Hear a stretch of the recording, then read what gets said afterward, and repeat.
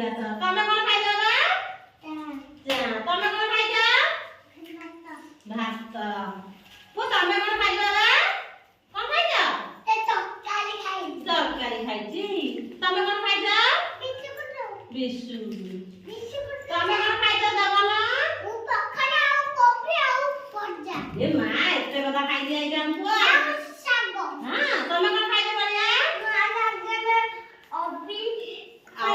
ଅବି ଖାଇଛ?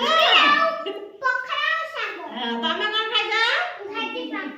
ପଖାଳ। ତମେ କଣ ଖାଇଛ? ଇପି। ତମେ କଣ ଖାଇଛ? ତମେ କଣ ଖାଇଛ? କଣ ଖାଇଛ? ଇପି।